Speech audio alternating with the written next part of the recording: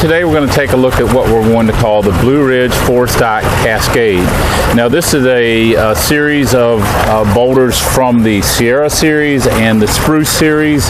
We've got those intermixed there, and when we do that we call that the Blue Ridge when we mix those two together. If you'd like to see more about the individual rocks, just check out the other pages and we'll have the dimensions of each individual boulder. When we give the dimensions here on the website, we're going to give an overall dimensions front to back and then to the side. Now this is set up on a 4x4 basin. Now this does come off of the basin. That front boulder there, the one on the bottom there, is about halfway on the basin. And then there's a pool in each one of these rocks. So what happens is the water cascades down into the pool collects, and then it flows out the front. We do have it tilted, shimmed, so that the water doesn't flow out the back. You're going to want to tilt that so it flows out the front. And I will show you the camera up here close toward the end of the video to show you up close here. In the back there's two support rocks that are supporting this rock right here. So you have your rock down there on the bottom, and then you have this second rock that's right there. And then you have your two support rocks, then this is your third rock back, and then of course it's your top rock. It's a great sound. These waterfalls right here, you have multiple levels, so you have multiple sounds all going together. So a great spot if you're trying to get some sound out of it. Being that it comes off of the basin here in the back, we have it set up. Now we're not losing any water here. We've been doing this a long time, so we know how to set these up to not lose any water. But we're going to price this with the liner basin, which just simply means you're going to still have your basin. The liner is going to go up to about halfway of the basin, and then it's going to go down in the basin, and then the back half of that liner, as much as you need, will come back here. And then of course you'll berm up on the sides of that basin when you dig your soil out for your basin there.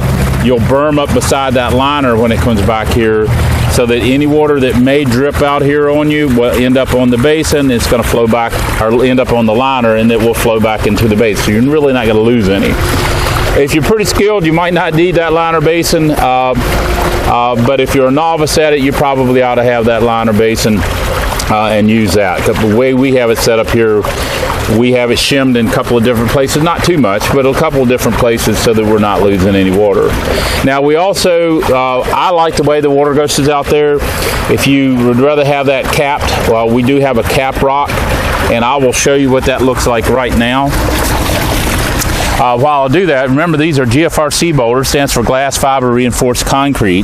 Has the look, the feel, and the texture of real rock at about the fifth the weight. So the cap rock is going to look something like this, and it's just going to go over top of it like that. It just eliminates, I guess, being able to see where the water's coming out. So that's an optional item, not something you have to have, so I just wanted to show you what that looks like. And I will grab the camera here and show you that pooling effect on each one of those. This would be a great fountain if you're trying to attract birds. So the GFRC is basically, we take a real rock, make a mold, and then we start hand making each one of these boulders. We have a proprietary finish on it.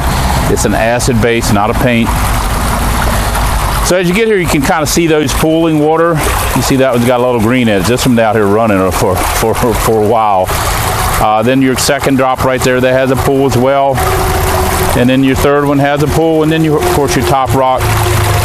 That pooling effect here, it flows out here before it flows out the back. So you make sure that, there again, you don't want to lose any water. So we'll go over to the side. It is attractive all the way around. Now you're seeing the hose coming out there right now.